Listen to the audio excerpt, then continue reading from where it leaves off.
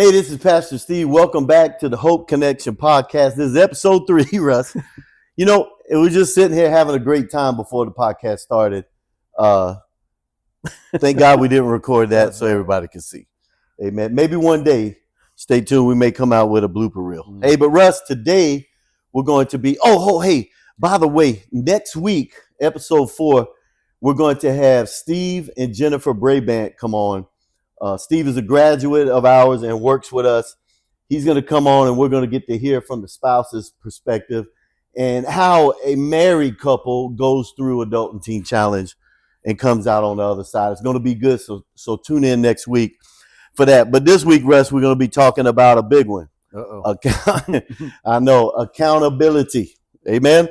Accountability. Accountability is one of those words that when you say it, you kind of look around to see if anybody's listening. Amen. A word. Yeah, it's the A word. It's uncomfortable. Amen. But accountability is one of those powerful tools that God has given us to grow, and it's important in recovery when we're listening. So one of the first things we want to talk about is understanding accountability and what it is. So we want to start right there. Normally, in American culture, in the United States, you normally hear people say things like, be in charge of your own destiny. You got a right to do whatever you want. And this is a good one right here. They'll say, if it makes you happy, then do it. Right? And independence is exalted, in our society today. And accountability is sometimes viewed as a weakness. When I start to become accountable to people and others, I start being viewed as it's viewed as a weakness. Sometimes it sends a cultural message that I'm a victim because I got to be accountable now.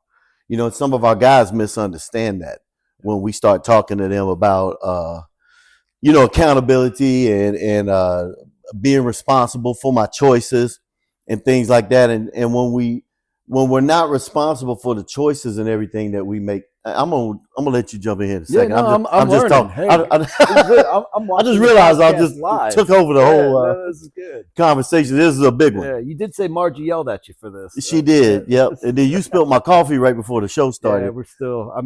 I forgive you. That's good, right there. Is that good? Yeah, it is good. We make it strong at Teen Challenge. That's all across the world. Yeah. And so we don't want people to have a distorted view of accountability. Amen. That's right. We want them to be responsible for their choices. And accountability is not your enemy. It's your friend. I remember, and I can't remember who said it. I just know I got it. And one of the things they said, I think it was John Bevere. Mm-hmm. He said that accountability, he was talking about freedom. Mm-hmm. And he said, freedom is not like me being able to do whatever I want to do. Freedom is me having the power to do what I'm supposed to do. Amen. And so many times accountability God sets up accountability for us. We read it in the word, countless of places where God sets up accountability for us. If Adam and Eve would have been accountable, we probably wouldn't be here, but that's a story for another day. Yeah. So we know what accountability is, and then now we want to know, why does accountability matter? And then also, how do we set it up? Mm-hmm. What does that look like for our graduates and guys in our program? Because they're learning it while they're in the program. Yeah. I think, Steve, too, just something to think about is, number one, adults, especially adult men, we don't like accountability because as men, it makes us feel that we're being told what to do. We're being restricted in some way. So, without the proper definition or explanation of what it's meant for, you could run into some resistance. Yeah. So. Yeah, I know, early on for me, being accountable, I just, I told everybody where I was going, and I called back home constantly. I actually still do that now. Yeah. Just to let my wife know where I'm at. And most of the time she doesn't seem to care, but I call her anyway. And also too, my wife has a security code to my phone. Mm-hmm. my computer. She can get in that That's a stuff big anytime. one. She Yeah. snoops in it all the time. She just don't know I know it. But there's nothing there. We'll tell her again. There's nothing there, Margie. And so I can tell when she's been looking at it, stuff like that. But that's fine. But that's accountability right there. We give our passwords to each other. That's how one form can look like. I know early on, like, she'd give me $20 for the week to go to work. And like if I stopped and got a soda or a bag of chips, something, I would ask for a receipt, because I would turn it in to her. Some people, challenge. yeah. And so some people, well, she didn't trust me, Yeah. and so some people will look at that and say, well, I'm a grown man. I don't have to do that. But I caused my wife to feel that way.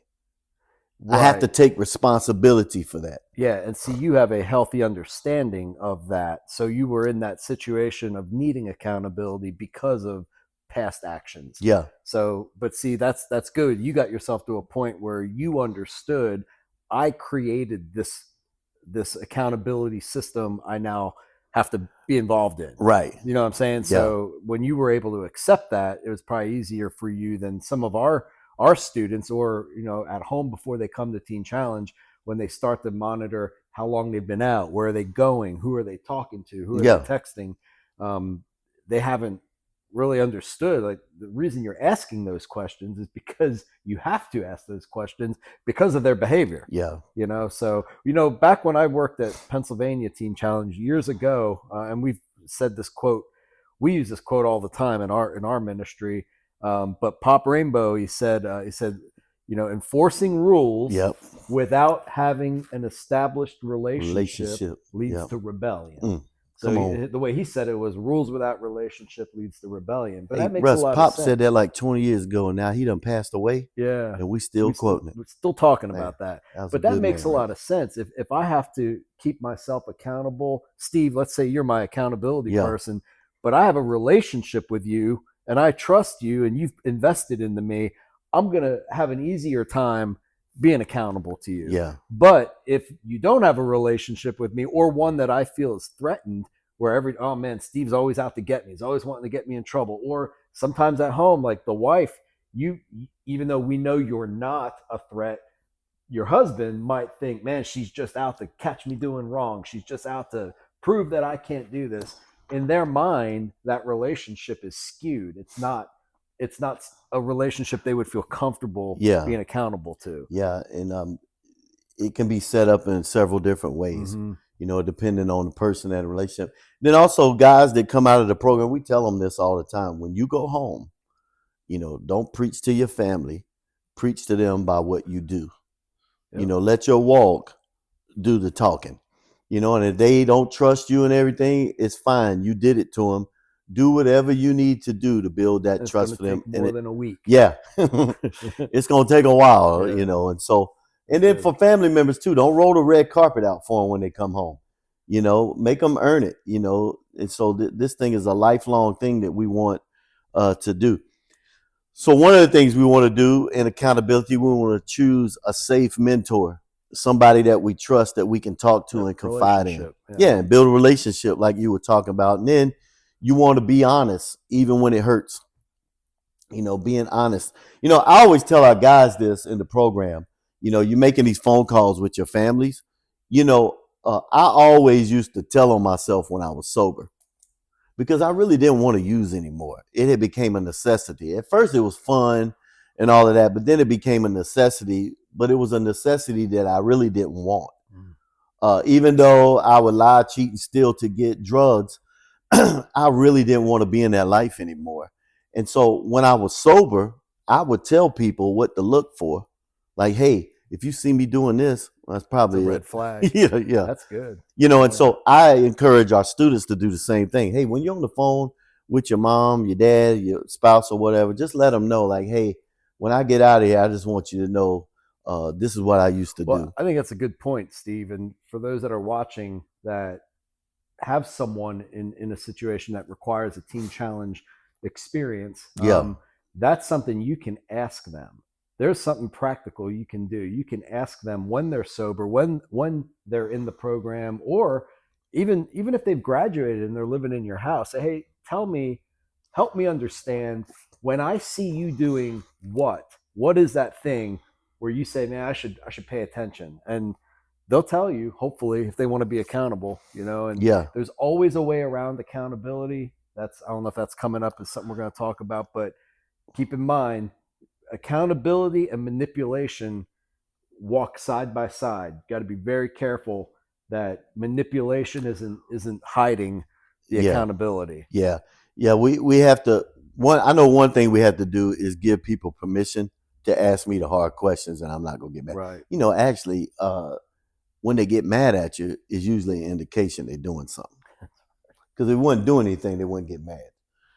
So and then also too, another thing that I would have to do is explain my choices and what I'm doing, and be upfront and tell everybody what I was doing.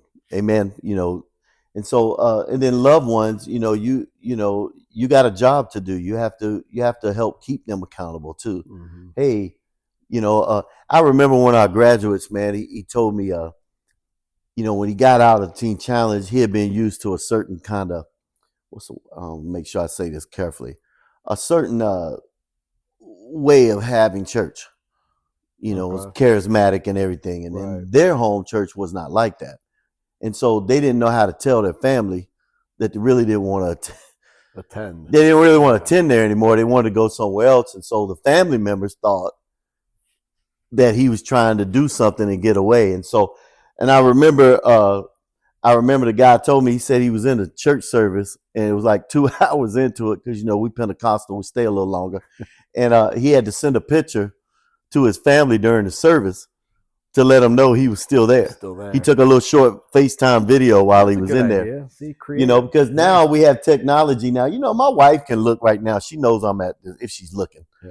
She can look because I have, I don't know what it is, but she can see me wherever I'm at. She got you on Microsoft 360. Yeah, she probably listening to us right now. Yeah. I don't know what she has, but if she wants to look, she can see where I'm at. Right now, those are just things that I do as accountability, even still now, 28 years later, still now, because I don't want her to ever think, and then I don't even know if she's even. Yeah. And that's the thing, you can tell if a guy or a girl if a person wants to be accountable, and they've bought into accountability being a necessity in their walk with the Lord, or sobriety, or whatever their journey is, they're going to allow you to keep them accountable. They want it. That's something they're asking for. It's the ones that don't want it will find a way out of it. And that's all the red flags, that you'll be able to see. It rests in too, you got to set up boundaries, mm-hmm. And what healthy boundaries, whatever those may be. And you have to, and that comes with honesty, and the thing about it is, when you're sober, you're probably going to be honest, right? About it. And so, it's kind of like, I just told my wife this morning. She said she was going grocery shopping afterwards. I said, do not buy any cakes and do not buy any ice cream. She said, why not? I said, because if you buy it, I'm going to eat it. Right. So I don't even want it in the house because I'm trying to eat right. That's because I'm setting some boundaries. Mm-hmm. And also, then I'm telling her, and then she's like, she looked kind of sad. Yeah. Well, if she does buy it, then we have to have last week's podcast on enabling. Yes. And exactly. Yeah. But I mean, that's how accountability works right there. I don't drink soda, so I don't buy it. I don't buy it and have it in the house, so I won't drink it. And so I'm setting those type of boundaries. That's a good point. For me, when I'm going out just about in my daily life, because accountability isn't just for people in recovery. Mm-hmm. Accountability in your marriage, with your loved ones, family members, all of that stuff. And family members play a significant role in the accountability process with the students, man. It really is. And so we want to encourage them to be transparent and talk to them. There needs to be some healthy conversation going on between everybody. Guys that leave our program, girls, I keep forgetting we have a women's home. Guys and girls, students, when they leave our program, it's healthy for them to sit down with their family members and talk about, hey, what is this going to look like? Yeah. Me being home. Agreeing up front before they even come home. This is the accountability plan, so that they don't get offended It's like, well, how can you be offended? You helped create the plan. Yeah. That's the other thing too, is getting them to buy into the tactics. Yeah. Okay, well, hey, we're gonna put an Apple AirPod on your car. Well, if they agree to that, and then you do it, they can't get mad at you. They were part of the plan. Yeah. Just hide it, make sure they can't find it. Yeah, I remember some of our staff even found ours, and they took them off the keychain. Yeah, we know who you are too, by the way. Both of you. I'm about to name them, but yeah, don't do that. We'll do that. We'll do that when it's over. But that is true. I mean, you have that on the vehicles for a reason. Yeah. Hey, SoberPeer, the app. Mm-hmm. I remember one of our graduates being on SoberPeer, and his mom called and said, hey, he just dinged over in an area where he ain't supposed to be. And I said, well, did you call him? She said, no. I said, I call him. So I called him. I said, hey, man, where you at? He said, man, I'm at Walmart shopping. I was like, no, you ain't, because you on this, and this. And he's like, no. I said, man, we can see you. Right. Say cheese. Yeah. Yeah, he goes, oh, man. And then he started getting all mad. And I said, hey, brother, I said, I don't know what you're doing right now, what you're up to, but it's not good. You need to get back home right now. Right. Forget your shopping list and leave. Right.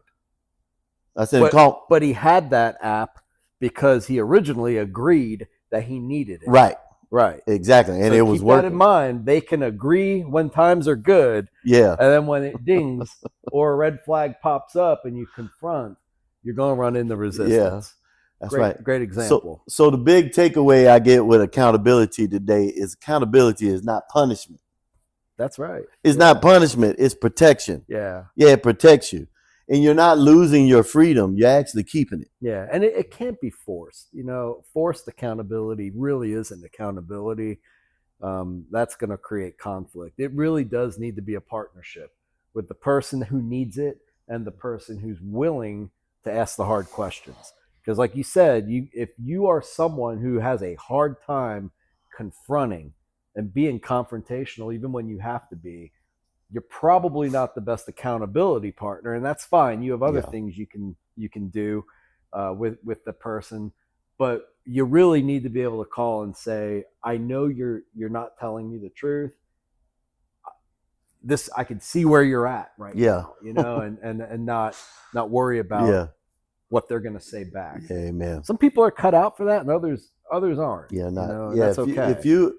If you're an enabler, you're probably not going to be a good accountability person. No, don't choose that person. Don't choose that person. If they choose you, they did that on purpose. They know you ain't gonna keep them accountable. Anyway, Russ said that, not me. I agree with that. That's good. I agree with it too. Yeah. I'll take it back. All right. Amen. Well, hey, Russ, this has been a great show right here. We're trying to keep everything between 20 and 30 minutes. We don't want to keep you too long. The subject today was accountability. I hope that something you heard today has helped you. And if you have any questions, listen, if you go on sandhillstc.org, you will find a plethora of information and things. One of the best ones we have is Raise the Bottom, that article by Dave Batty. That is just a great article. And several, Dave Batty is always on point. Yeah, he is. Yeah, and so you can go on our website and look that up. We have plenty of resources. I think there's one specifically on accountability. It is. Yeah, so definitely print that or save it, whatever you want to do. I don't know. Actually, it will help you. Yeah. And then also too, if you've heard something today that's helped you, please share our podcast with a friend or a family member. Let them see it. And I want you to know that there's no life too far gone, no situation that you can be in where God can't redeem or rescue you. Amen. That's right. I know that for sure. Well, hey, this is Steve Coleman and Russ Cambria. This is the Hope Connection podcast. Please stay tuned next week, because next week, episode 4, we are going to have Steve and Jennifer Brabant and have from a couple's perspective who have gone through through drug addiction and recovery and came out on the other side. They're going to sell some. And you gave Jennifer Brabant permission to tell it straight, right? Yeah, I did. She's going to tell it straight. It's going to be off the hook. Yeah, it's going to be good. Yep. So until then, until next week, next Friday at 4 p.m., this is the Hope Connection podcast. God bless you. Thanks for watching.